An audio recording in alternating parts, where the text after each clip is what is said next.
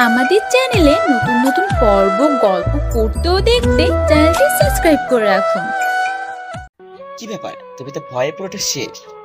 বিধান কিছু বলতে যাবে ঠিক তখনই তার ফোনে একটা কল আসলো। কলটা রিসিভ করতেই বিধানের চোখ মুখ সব শক্ত হয়ে গেল।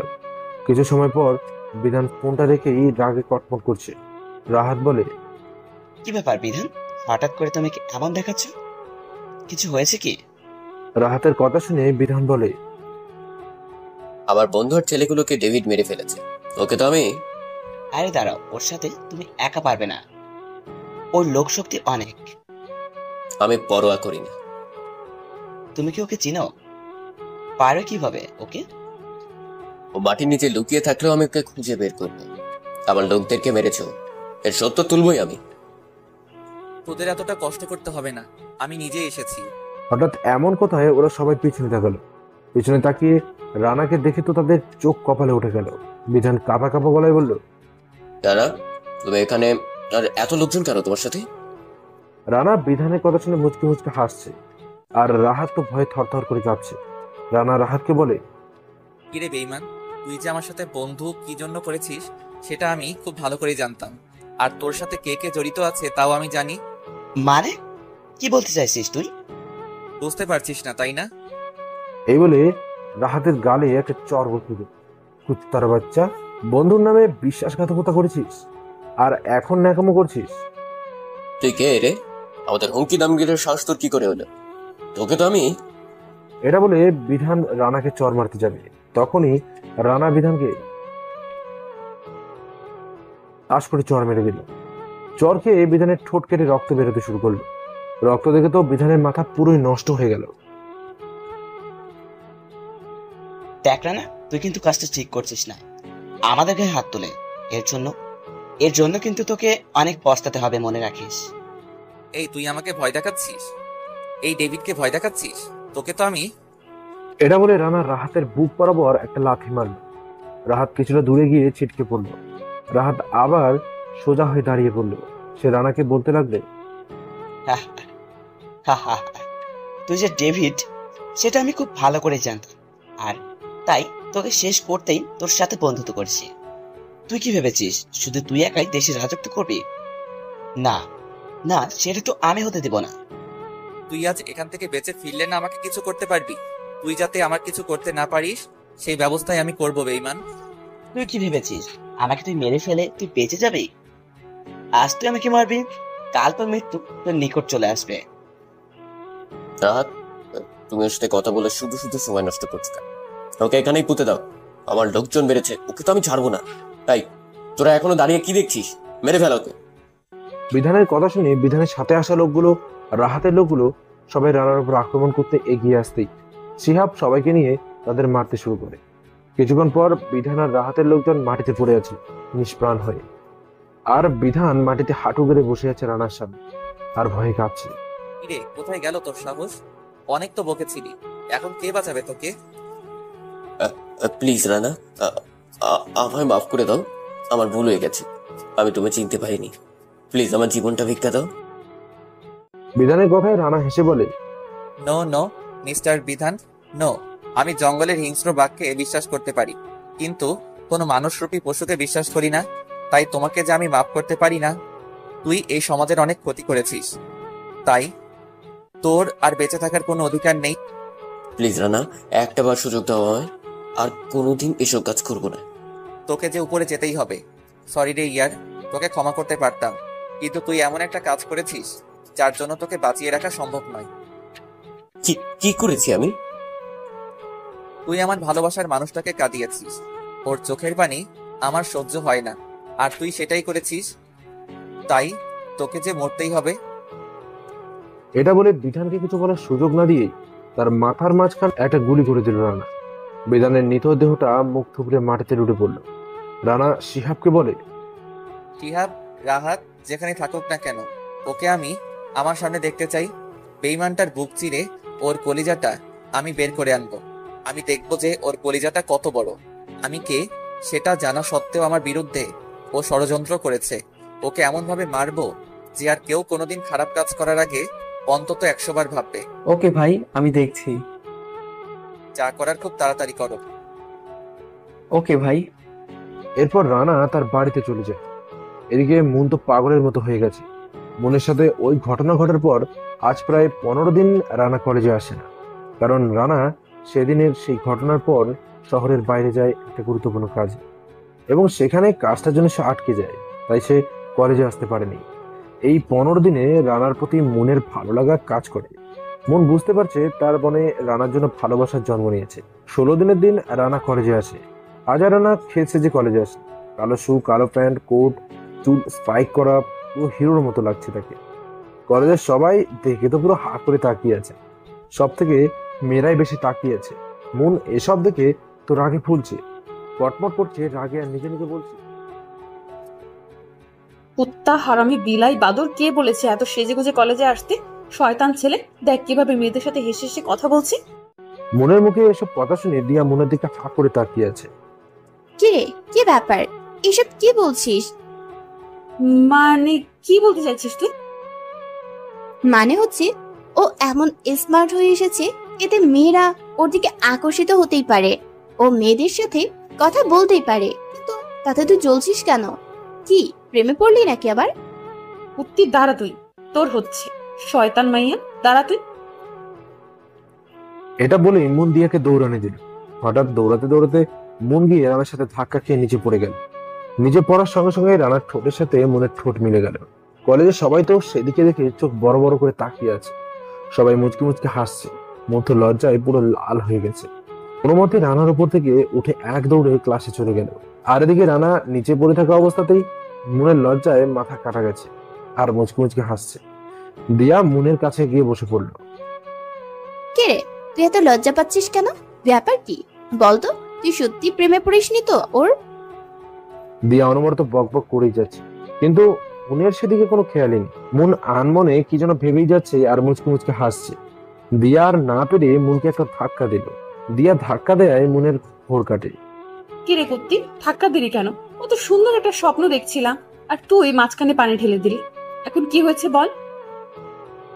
শয়তান মাইয়া, সে কখন থেকে ডাকছি, কিন্তু সেদিকে কি তোর কোনো খেয়াল আছে? এত না পেঁচিয়ে কি বলবি বলে ফেল।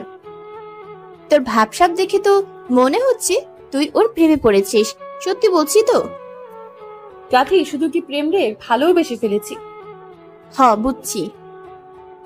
কি বুঝেছিস তুই? তুই একটা লুচু মাইয়া, যখন যাকে ভালো লাগে তখন তার প্রেমে পড়িস। এতদিন ছিল বিধান, আর এখন আবার রানা। আর কতজন যে বাকি আছে কে জানে। না রে দিয়া, সত্যিই বলছি, ওকে ভালোবেসে ফেলেছি রে। ওর প্রতি যে ফিলিংসটা কাজ করে, বিধানের প্রতি তেমনটা করে না। বিধানের প্রতি তেমনটা ছিল না। এখন বুঝতে পারছি, বিধান ছিল শুধু একটা আকর্ষণ, আর ও আমার নেশা হয়ে গেছে। ও আমার নিঃশ্বাসে মিশে গেছে। বুঝেছি, তুই শেষ, তুই পাগল হয়ে গেছিস। হ্যাঁ রে, সত্যিই পাগল হয়ে যাবো ওকে না পেলে। আমি এই 15 দিনেই বুঝতে পেরেছি যে ওকে আমার দরকার। এখনই তুই এতটা পাগল হয়ে গেছিস ওর প্রেমে মন। আর যদি সত্যিটা জানতে পারিস তাহলে তো তুই উন্মাদ হয়ে যাবি। কথাটা দিয়া মনে মনে বলল। দিয়া, এই হ্যাঁ হ্যাঁ, কি বলবি বল। দিয়া, কি ভাবছিস এত? ভাবছি তোকে আমার দুষ্টু মিষ্টি ভাবি বানাবো, বুঝেছিস? লজ্জায় মনের পুরো মুখ লাল হয়ে গেল। এর মধ্যে রানাও ক্লাসে চলে এলো। রানাকে দেখে তো মন মাথা নিচু করে বসে আছে, তাকাতে পারছে না রানার দিকে। রানা গিয়ে মনের পাশেই বসে পড়লো। এবার তো মনের প্রাণটা যায় যায় অবস্থা, শুধু কাঁপছে ভয়ে। এমনিতেই তো তাকাতে পারছে না লজ্জায়, তার মধ্যে এসে আবার পাশে বসেছে। রানা মনের এমন করুণ অবস্থা দেখে আর কিছুই বলল না, শুধু মুচকে হাসছে। সেদিনের মতো ক্লাস করে যে যার মতো বাড়িতে চলে গেল। রাতে শিহাব রানাকে কল করলো। রানা কল রিসিভ করে যেটা শুনলো তাতে তো তার মাথায় আকাশ ভেঙে পড়লো। শিহাব বলল, ভাই, রাহাত শুধু একা নয়, রাহাতের সাথে রাজন রাইসনও আছে, আর ওরা দুজন একে অপরের ভাই। হোয়াট, কি বলছিস তুই এসব? তুই ঠিক বলছিস তো? হ্যাঁ ভাই, আমি ঠিক বলছি। আমি রাহাতের পেছনে লোক লাগিয়েছিলাম, তারা আমাকে খবর দিয়েছে। আর হ্যাঁ ভাই, আরো একটা খবর, রিয়াও ওদের সাথে যুক্ত। কিন্তু আমি যেটা বুঝতে পারলাম, রিয়ার শত্রুতা ভাবির সাথে।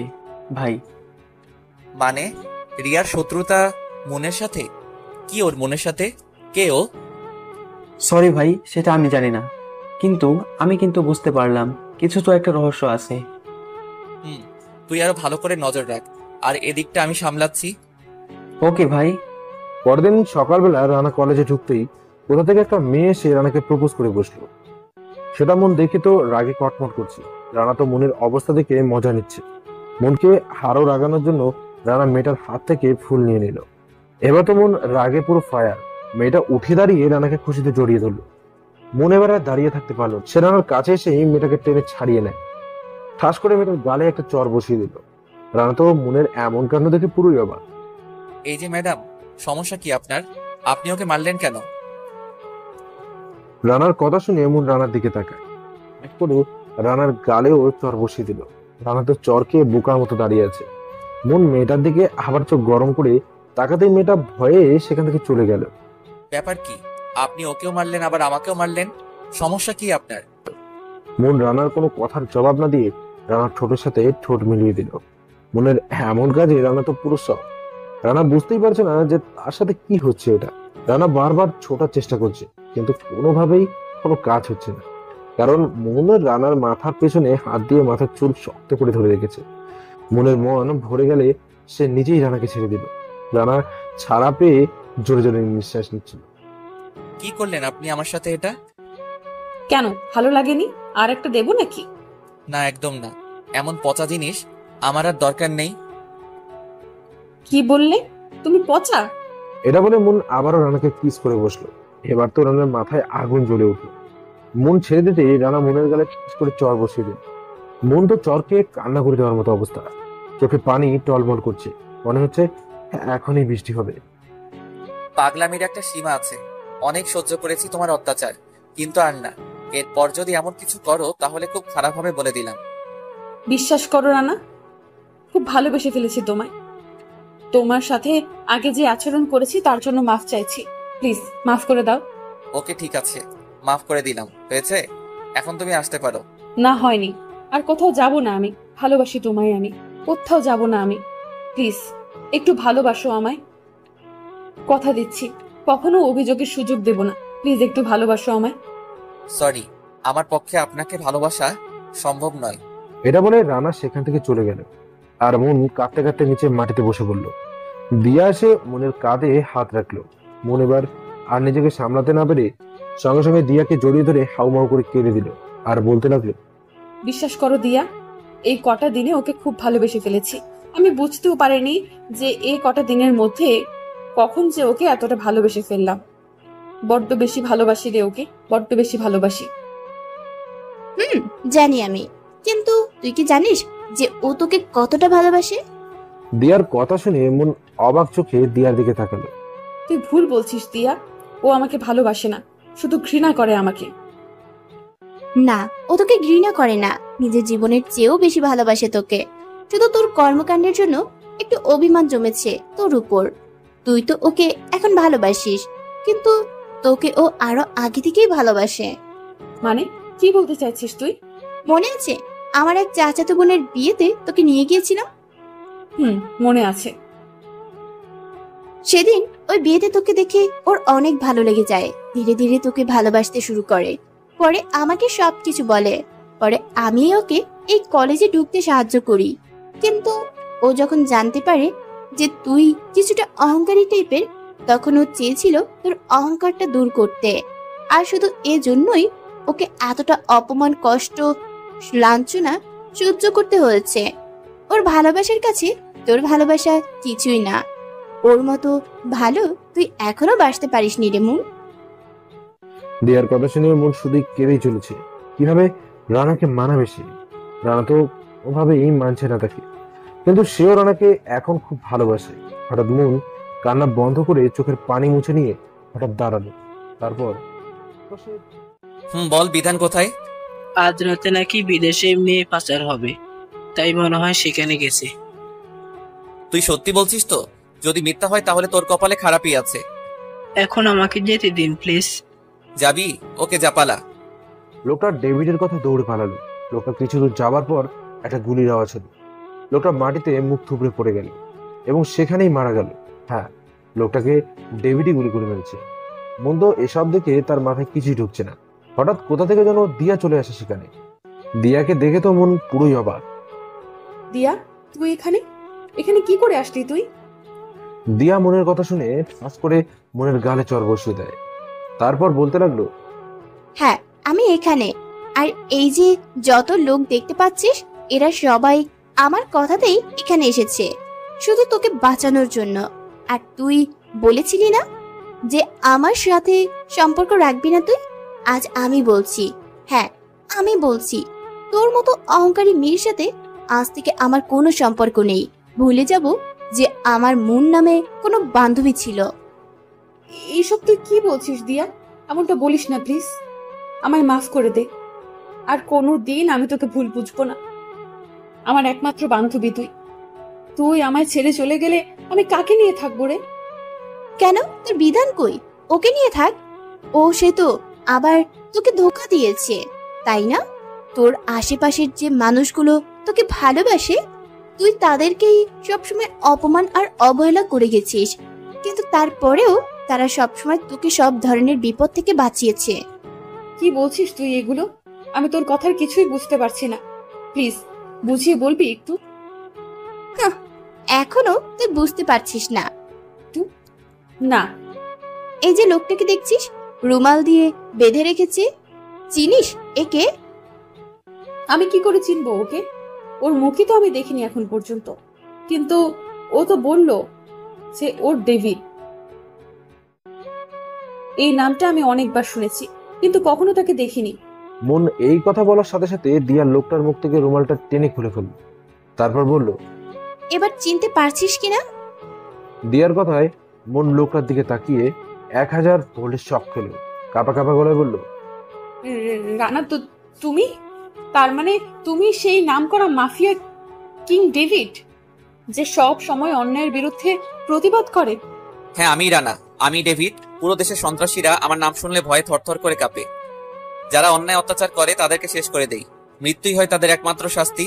তাহলে দিয়া যে বলল তোমরা সবাই ওর কথায় আমাকে বাঁচাতে এখানে এসেছো, তাহলে? হ্যাঁ, ও না বললে আমি এখানে তোমার মতো অহংকারী মেয়েকে বাঁচাতে কখনোই আসতাম না। কিন্তু দিয়া তোমার স্পর্শ কি করে জানে?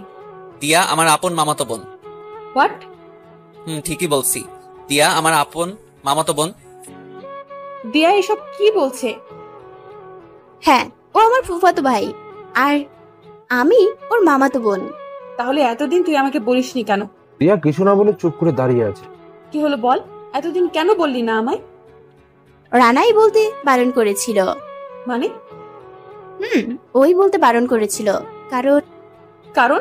বল কিসের কারণ? আমি বলতে পারবো না। রানা, তুমি বলো, কেন ওকে বলতে বারণ করেছিলে যে তুমি ওর মামাতো ভাই? দেখুন ম্যাডাম, এসব আমি আপনাকে বলতে বাধ্য নই।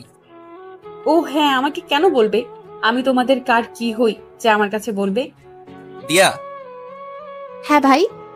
ওকে নিয়ে যা, হয়তো বাড়ির সবাই চিন্তা করছে। মনকে নিয়ে যেতে লাগে। মন যাবার আগে রানাকে বলে, রানা, আমি তোমার সাথে অনেক খারাপ আচরণ করেছি, যদি পারো আমাকে মাফ করে দিও। চলি। তারপর মন দিয়ার সাথে বাড়িতে চলে গেল। বাড়িতে ফিরে ফ্রেশ হয়ে ঘুমিয়ে পড়ল। দিয়া মনের সাথে থাকায় মনের মা তাকে এত রাতে বাড়িতে আসায় কিছু বলেনি। দিয়া আজ মনের সাথে তাদের বাড়িতেই থেকে গেল। আর অন্যদিকে ডেভিড অর্থাৎ রানা চলে গেল লোকটার বলা সেই ঠিকানায়, বিধানকে ধরার জন্য। রানার আগে কটমট করছে। সে আজ বিধানকে পেলে যে কি করবে তা সে নিজেও জানে না।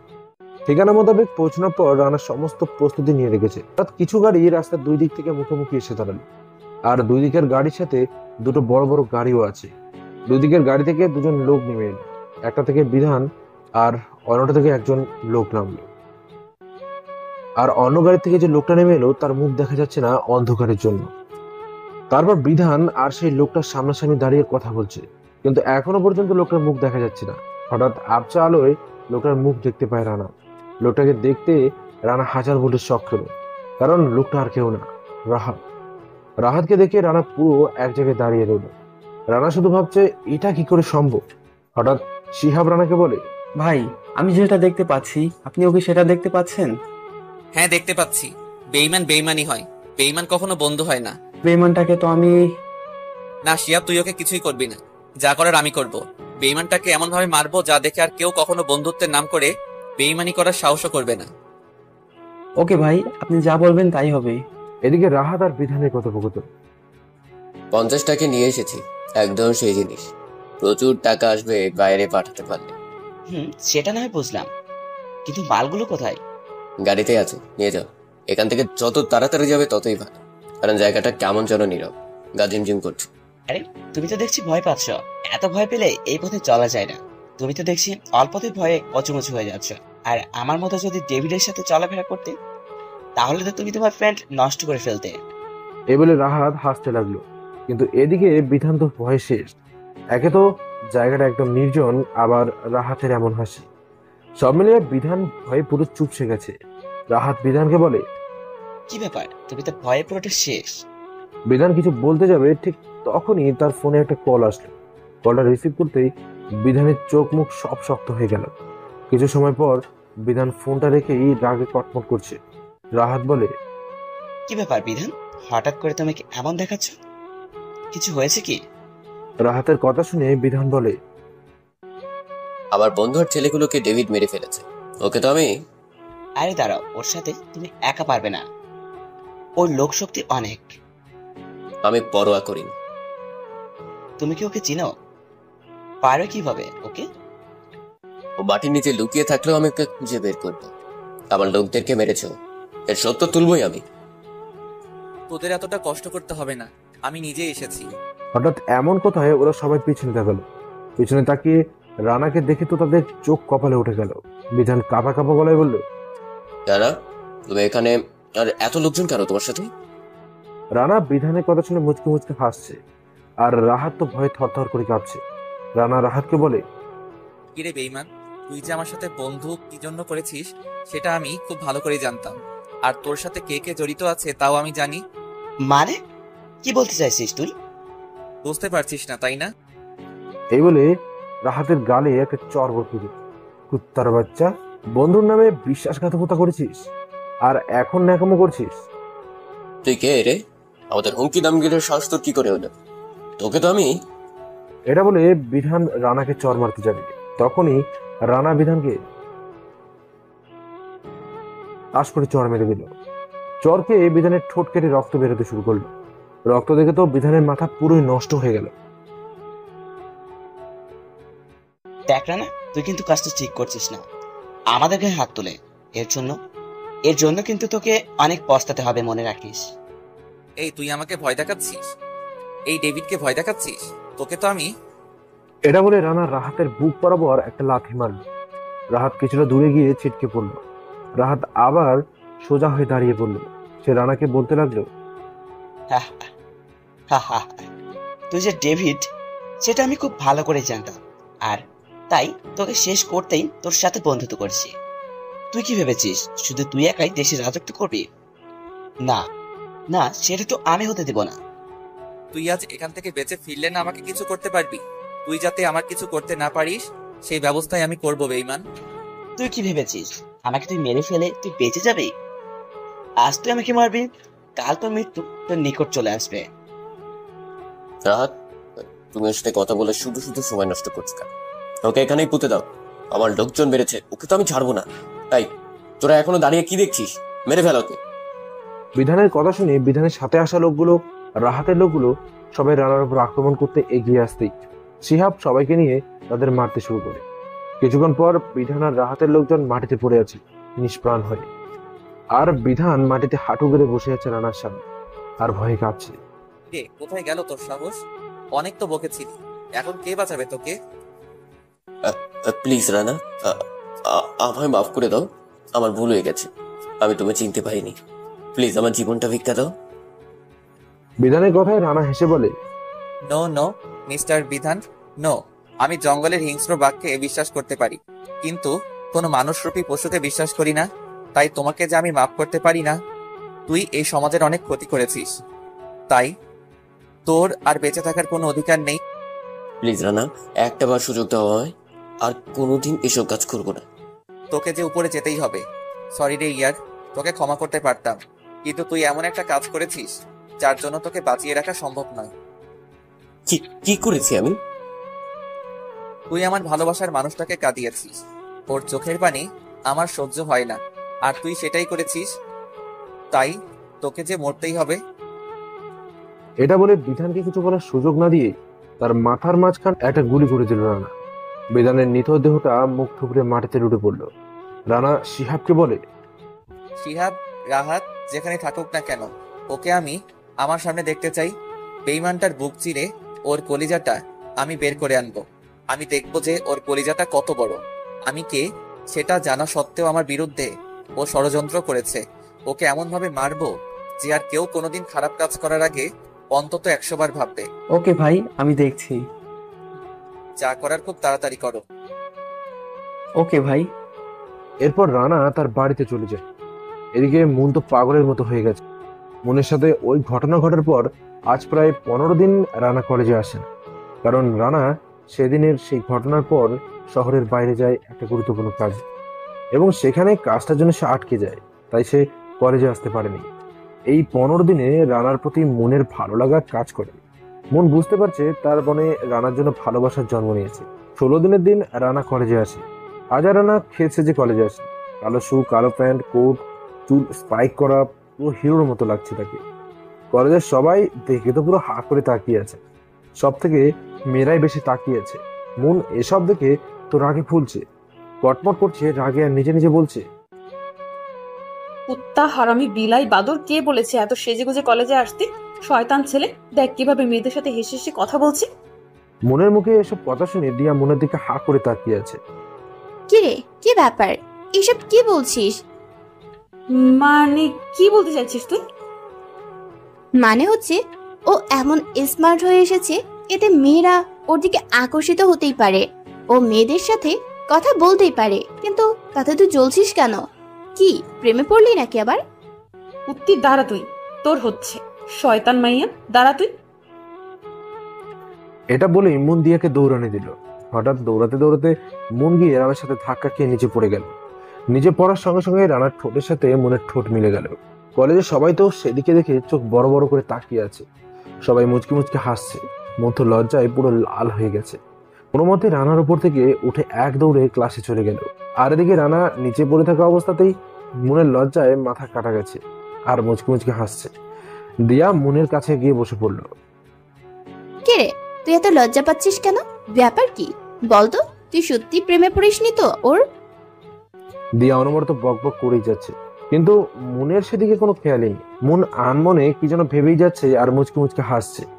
দিয়া আর না পেরে মনকে একটা ধাক্কা দিল। দিয়া ধাক্কা দেয় মনের ঘোর কাটে। কি রে কুত্তি, ধাক্কা দিলি কেন? কত সুন্দর একটা স্বপ্ন দেখছিলাম, আর তুই মাঝখানে পানি ঢেলে দিলি। এখন কি হয়েছে বল? শয়তান মাইয়া, সে কখন থেকে ডাকছি, কিন্তু সেদিকে কি তোর কোনো খেয়াল আছে? এত না পেঁচিয়ে কি বলবি বলে ফেল।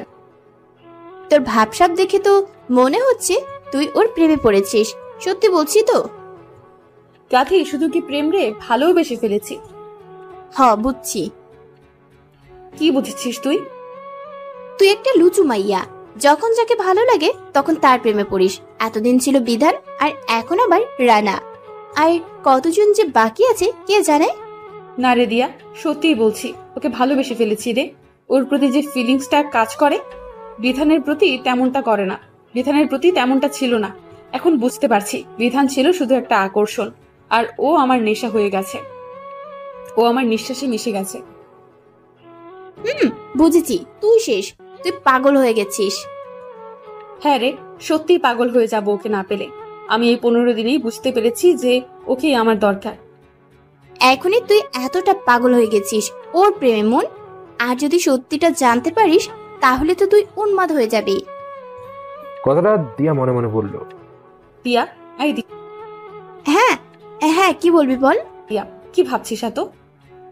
ভাবছি তোকে আমার দুষ্টু মিষ্টি ভাবি বানাবো, বুঝেছিস? লজ্জায় মনের পুরো মুখ লাল হয়ে গেল। এর মধ্যে রানাও ক্লাসে চলে এলো।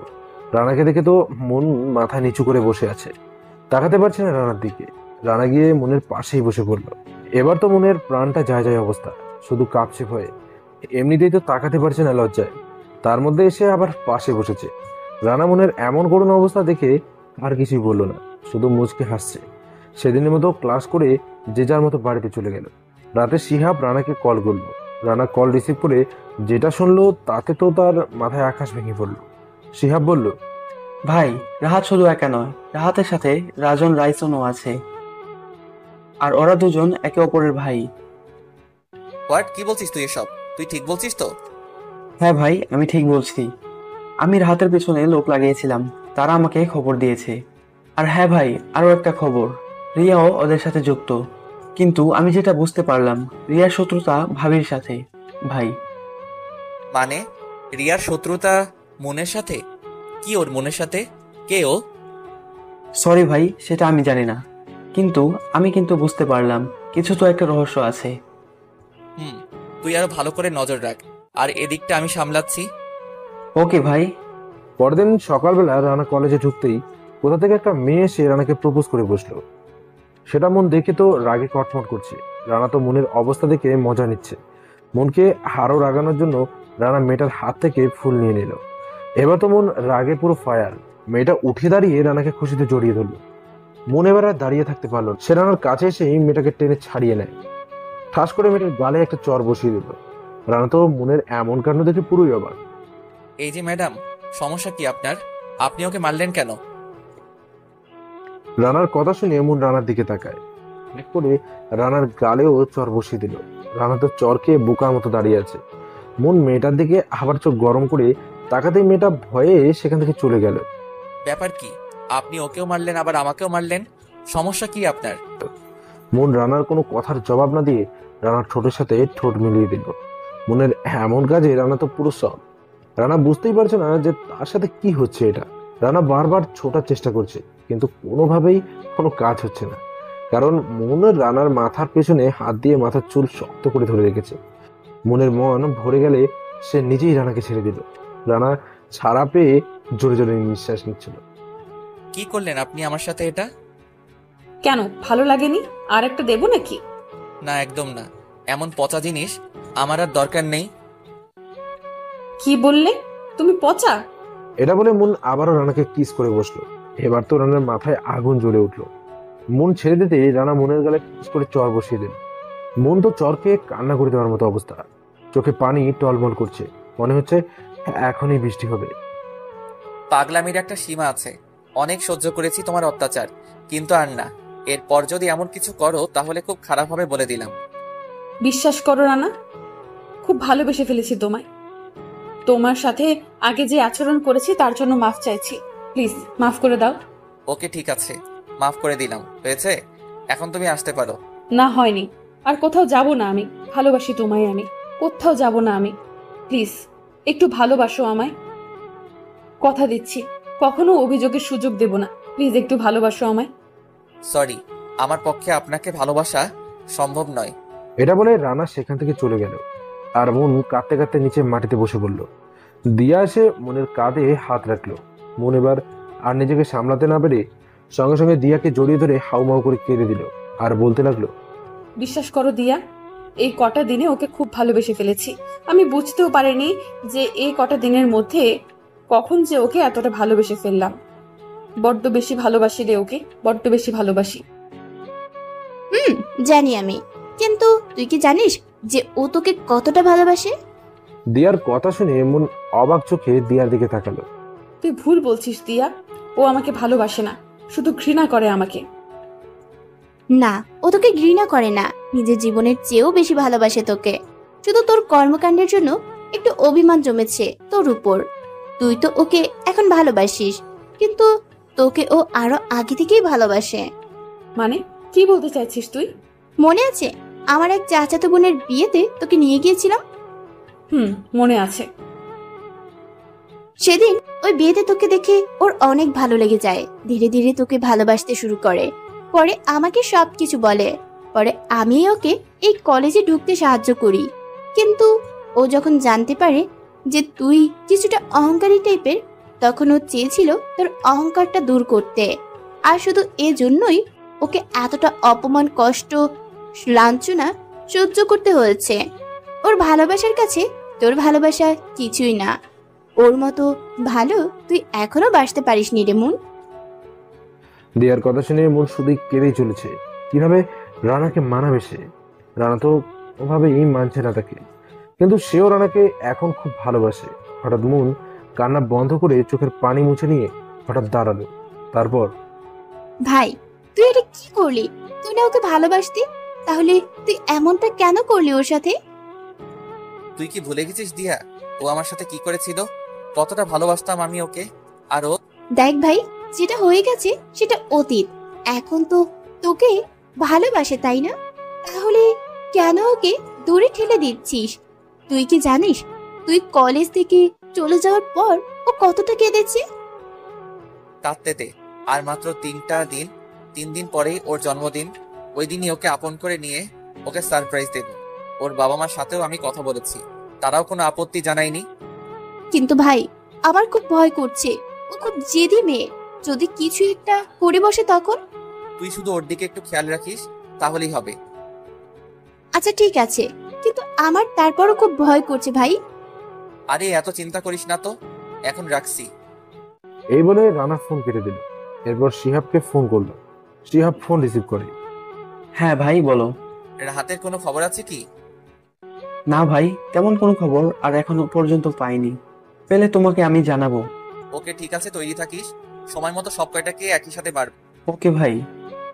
এরপর রানা ফোন কেটে দিয়ে ফ্রেশ হয়ে কিছু খাবার খেয়ে বিছানায় গালিয়ে দিতে ঘুমিয়ে পড়লো। অন্যদিকে মুন বাড়িতে গিয়ে সোজা তার মাকে জড়িয়ে ধরে কাঁদতে শুরু করলো।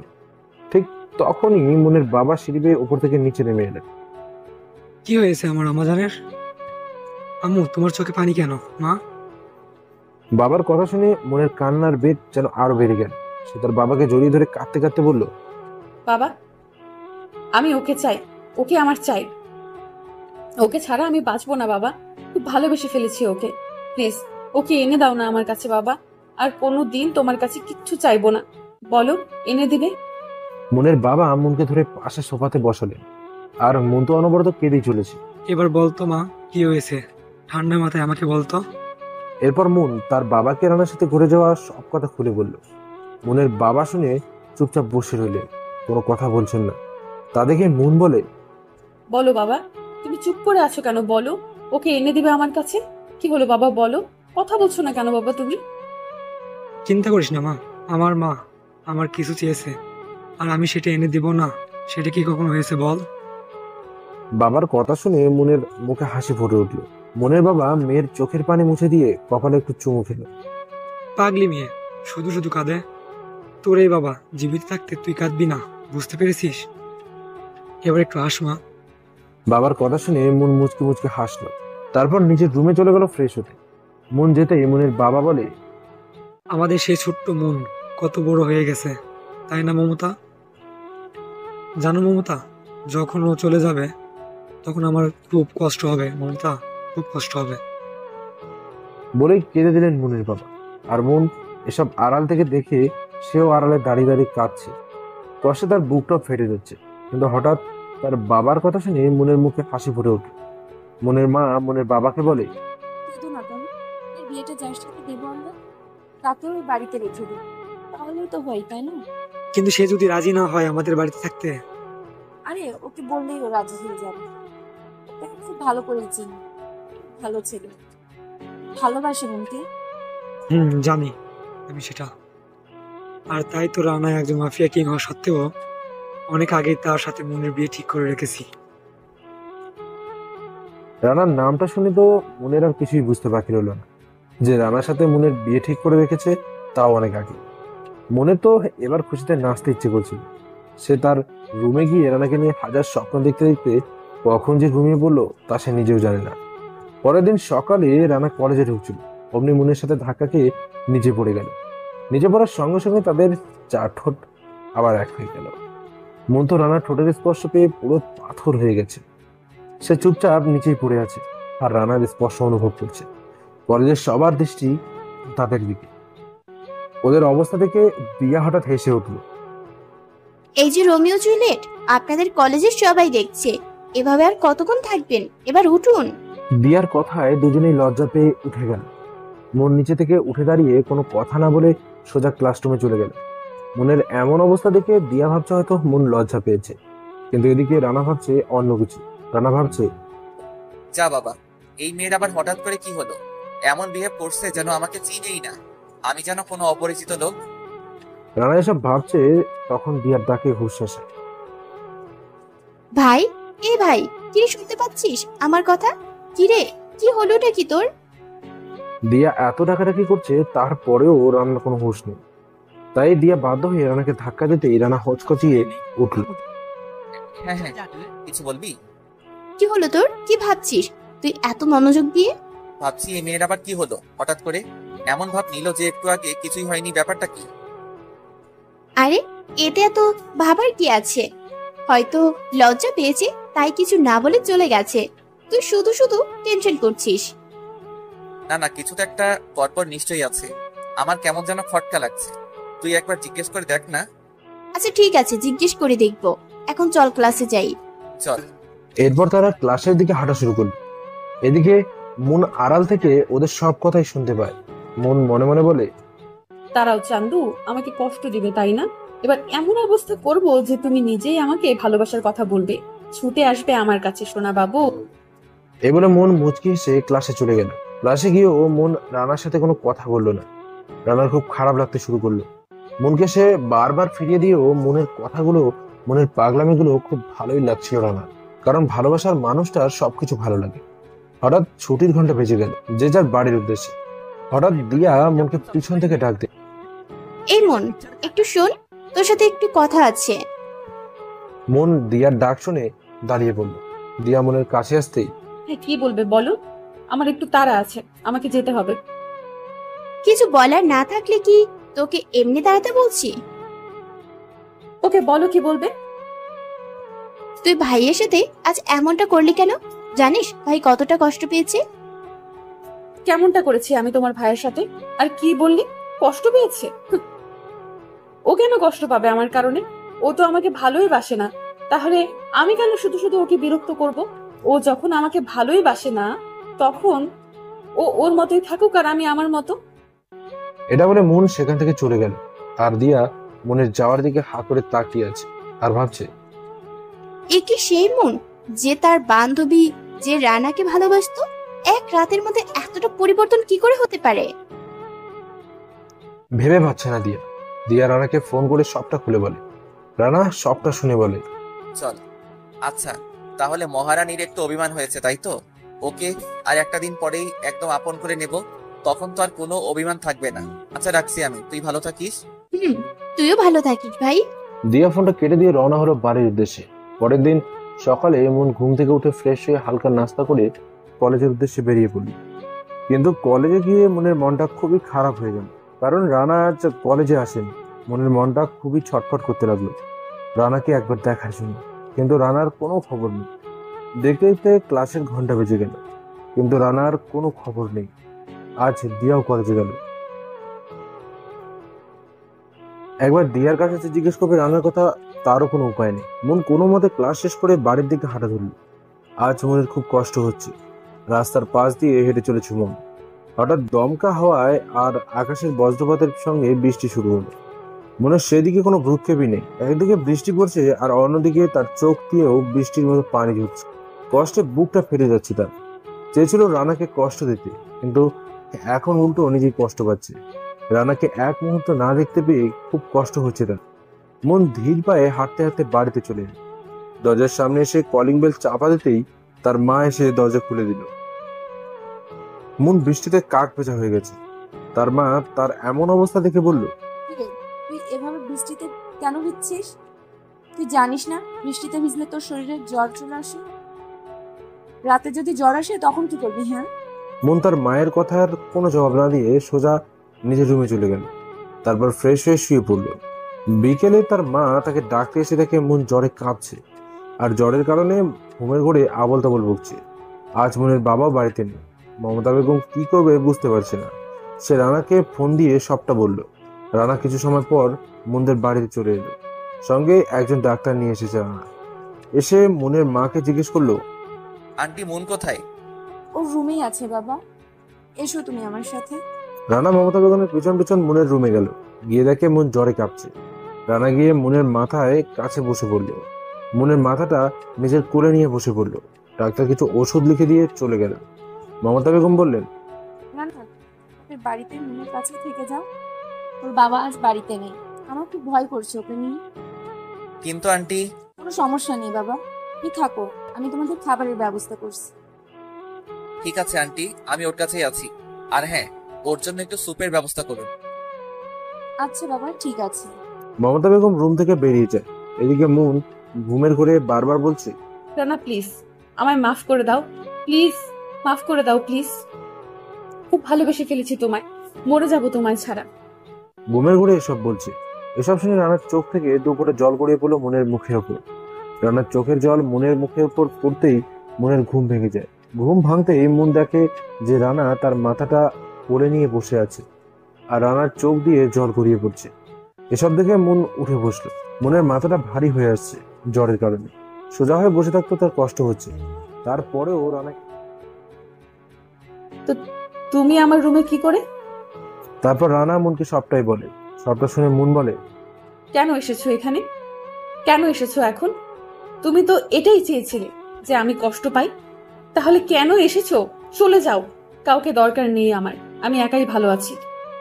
বলে মুন কান্না শুরু করে দিল। রানা মুনকে বুকে টেনে নিয়ে শক্ত করে জড়িয়ে ধরে কাঁদতে কাঁদতে বলল, তুমি জানো না তোমায় আমি কতটা ভালোবাসি, কিন্তু তুমি প্রথমে আমার সাথে খারাপ আচরণ করেছি বলে তোমাকে একটু কষ্ট দিতে চেয়েছিলাম।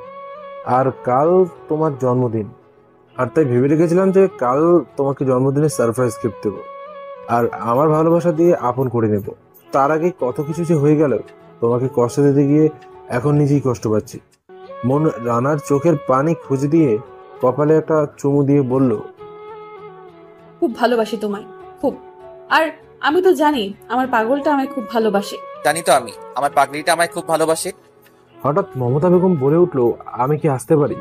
মমতা বেগমের কথা শুনে রানা মনকে ছেড়ে দিলেও মন রানাকে না ছেড়ে জড়িয়ে ধরেই আছে। মন কি করছো? ছাড়ো আমায়। আন্টি দেখছে, কি মনে করছে সে বলো তো? থাক, আর ছাড়তে হবে না, ধরেই রাখো। আর এই নাও, ওর জন্য স্যুপ নিয়ে এসেছি, খাইয়ে দাও ওকে। আচ্ছা আন্টি, আপনি রেখে যান, আমি খাইয়ে দিচ্ছি। কি হলো, ছেড়ে দিলে কেন আমায়? কাছে এসো। না, আমি স্যুপ খাবো না। এসো বলছি, না হলে কিন্তু আমি চলে যাব। না না, তুমি যেও না, আমি খাবো। রানা মনকে স্যুপটা খাইয়ে মনকে বিছানায় শুইয়ে দিয়ে যেই না উঠতে যাবে অমনি, এ কি, তুমি কোথায় যাচ্ছ? কেন, সোফায় ঘুমাতে যাচ্ছি। তুমি আমার সাথে ঘুমাবে? মানে কি বলছো তুমি এসব? তোমার মাথা ঠিক আছে তো? আমি ঠিক বলছি, আর আমার মাথাও একদম ঠিক আছে। চুপচাপ বিছানায় এসে শুয়ে পড়ো, না হলে কিন্তু আমি নিজের ক্ষতি করব। রানা আর কিছু না বলে চুপচাপ বিছানায় এসে শুয়ে পড়লো, কারণ যে যদি মেয়ে কিছু পুড়েও ফেলতে পারে সেই ভয়ে। পরদিন সকালে মন ঘুম থেকে উঠে দেখে যে রানার বুকে মাথা রেখে সে শুয়ে আছে। মন রানার কপালে একটা চুমু দিয়ে ফ্রেশ হয়ে চলে গেল।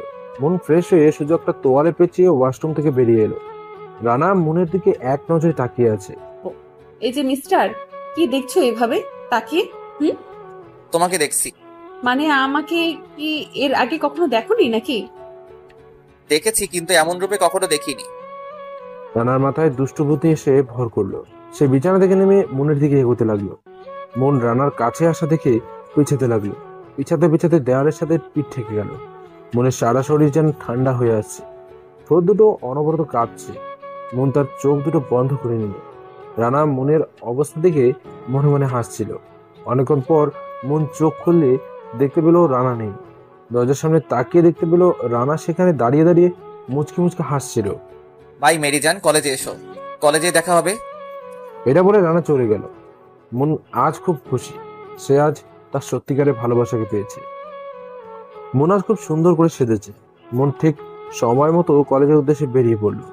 কলেজের ভেতরে ঢুকতেই মন তো পুরোই অবাক। আজ কলেজটা খুব সুন্দর করে সাজানো হয়েছে। হঠাৎ কে যেন পেছন থেকে মনের চোখ দুটো বেঁধে দিল। মন বুঝতে পারলো এটা রানা। রানা মনকে ধরে তাদের ক্লাসরুমে নিয়ে গেল। ক্লাসের টেবিলের সামনে দাঁড় করিয়ে মনের চোখের বাঁধন খুলে দিল। মন চোখ খুলে যেটা দেখলো তা দেখে তো পুরোই অবাক। মনের সামনে একটা বার্থডে কেক রাখা, আর কেক সুন্দর করে লেখা হ্যাপি বার্থডে মন। মনের এসব দেখে খুঁজেতে চোখে জল এসে গেল। রানা মনের চোখের জল মুছে দিয়ে বলল, পাগলি কাঁদছো কেন? কেক কাটো। তারপর মন কেক কেটে প্রথমে রানাকে খাইয়ে দিল। তারপর রানা মনকে খাইয়ে দিল। মন দিয়াকে কেক খাইয়ে পেছনে তাকিয়ে দেখে রানা মনের সামনে হাঁটু গেড়ে বসে আছে, একগুচ্ছ গোলাপ ফুল হাতে নিয়ে। রানা বলতে লাগে, হ্যাঁ প্রিয়সী, আমি হারিয়ে গেছি তোমার ওই এলো চুলে, তোমার ওই মিষ্টি হাসিতে, মায়ায় পড়ে গেছি তোমার ওই মায়াবী চোখের। যেদিন তোমায় প্রথম দেখেছিলাম সেদিনই তোমার প্রেমে পড়েছিলাম। খুব ভালোবাসি তোমায়, সত্যি বলছি, বড্ড বেশি ভালোবাসি তোমায়। তুমি বাসবে ভালো আমায়? ধরবে কি আমার এই দুটি হাত? থাকবে কি সারাটি জীবন আমার দুষ্টু মিষ্টি বউ হয়ে? থাকবো তোমার পাশে, ধরবো তোমার হাত, হব তোমার দুষ্টু মিষ্টি বউ। এই বলে যখনই এমন গোলাপ ফুলগুলো হাতে নিয়ে রানাকে তুলতে যাবে, তখনই পেছন থেকে কেউ একজন রানার মাথায় আঘাত করলো। সঙ্গে সঙ্গেই রানার মাথা ফেটে রক্ত বেরোতে শুরু করলো। রানা পেছনে ফিরে শুধু একটা কথাই বলল, তো তুই? এটা বলে রানা সেখানেই অজ্ঞান হয়ে গেল। মনে সারা পৃথিবীটা যেন মুহূর্তেই অন্ধকার হয়ে গেল। রাহাত তার লোকদের বলল, এই নিয়ে চল ওদের ভাইয়ের কাছে, ভাই যা করার করবে। রাহাতের কথায় রানা আর মনকে ধরে নিয়ে চলে গেল তারা। দিয়া কোনো কিছু না ভেবে শিহাবকে ফোন করলো। তারপর শিহাবকে সবকিছু খুলে বলল। 1 ঘন্টা পর রানা ধীরে ধীরে তার চোখ খুললো। সে দেখতে পেল তাকে চেয়ারের সাথে বেঁধে রাখা হয়েছে, আর তার সামনে রাজন, রাইসন, রাহাত আর রিয়া তার সামনে বসে আছে। আর রানার আরেক পাশে মুনকে আর একটা চেয়ারের সাথে বেঁধে রাখা হয়েছে। রানা রাজন, রাইসন আর রাহাতের ব্যাপারে তো আগেই জানতো, তাই রিয়াকে জিজ্ঞেস করলো, রিয়া, তোমার সাথে আমার কিসের শত্রুতা বলবে একটু? তোমার সাথে আমার কোনো শত্রুতা নেই। আমার শত্রুতা মূলত মুনের বাবার সাথে, আর তাই তো মুনকে মেরে মুনের বাবার মনের দাগ কেটে দেব। আমার বাবার সাথে তোমার কিসের শত্রুতা রিয়া? শুনবি? শোন তাহলে। তোর বাবা আর আমার বাবা ছিলেন বিজনেস পার্টনার, কিন্তু তোর বাবা ছিলেন সৎ ব্যবসায়ী, আর আমার বাবা চাইতো ড্রাগসের বিজনেস করতে, কিন্তু তোর বাবা সেটা কিছুতেই মেনে নিচ্ছিল না। তাই তোর বাবা আমার বাবাকে পুলিশের হাতে তুলে দেয়। চোরা কারবারির ব্যবসা করার কারণে আমার বাবার ফাঁসি হয়ে যায়, আমি এতিম হয়ে যাই। আর আমি সেই দিন সিদ্ধান্ত নিয়েছিলাম যে তোকে মেরে তোর বাবাকে নিঃসন্তান করে দেব। এবার তুই মৃত্যুর জন্য তৈরি হ। রিয়া এটা বলে মুনকে মারতে যাবে, তখনই জন আর রাইসন বলে ওঠে, আরে দিয়া দাঁড়াও, আগে মিস্টার ডেভিডের সাথে হিসাবটা শেষ করে নি, তারপর তুমি ওর সাথে যা করার করে নি। রানা, তুই অনেক জ্বালিয়েছিস, অনেক, আর না, এখন যে তোকে মরতেই হবে। এই বলে যেই না রানাকে মারতে যাবে, তখনই চারিদিক থেকে বৃষ্টির মতো গুলি ছুটতে লাগলো রানার লোকেরা। হ্যাঁ, শিহাব রানাকে বাঁচাতে চলে এসেছে, আর সঙ্গে দিয়াও আছে। অনেকক্ষণ গোলাগুলির পর রাহাত আর রিয়া সেখানেই মারা গেল। শুধু রাজন, রাইসন এখনো বেঁচে আছে, কিন্তু তার 2 পায়ে গুলি লেগেছে। তার কারণে সে নিচে পড়ে গেছে। তার কারণে সে নিচে পড়ে কাতরাচ্ছে। রানা কাছে গিয়ে বলতে লাগলো, কিরে জানোয়ারের বাচ্চা, তুই নাকি আমাকে মারবি? এখন তোকে কে বাঁচাবে রে? হবে, আমাকে মেরে দে রানা, না হলে আমি যদি বেঁচে যাই তাহলে তুই বাঁচতে পারবি না, তোর জীবন অন্ধকার হয়ে যাবে। রাজন আর রাইসনের কথা শুনে রানার মাথায় রক্ত উঠে গেল। সে রাজন রাইসনের মাথায় একটা রড দিয়ে সজোরে বাড়ি মারল। সঙ্গে সঙ্গে রাজন রাইসন মাথা ফেটে রক্ত বের হতে চলল। কিছুক্ষণের মধ্যে রাজন আর রাইসন মারা গেল। রানা সবাইকে নিয়ে সেখান থেকে মুনদের বাড়িতে চলে আসলো। 1 সপ্তাহ পর মুন আর রানার আজ বিয়ে হয়েছে। রানা এখন বাসর ঘরের সামনে দাঁড়িয়ে আছে, ভেতরে যেতে খুব ভয় করছে তার। দিয়া আর শিহাব এসে রানাকে টেনে ঘরের ভেতরে ঢুকিয়ে দিল। রানা রুমে ঢুকে তো পুরোই হা হয়ে গেল। মুন বিয়ের শাড়ি খুলে সাধারণ পোশাক পরে আছে। রানা জিজ্ঞেস করলো, কি ব্যাপার, তোমার বিয়ের শাড়ি কোথায়? এগুলো কি পরেছো? এগুলো বলছে আর বিছানার দিকে এগোচ্ছে।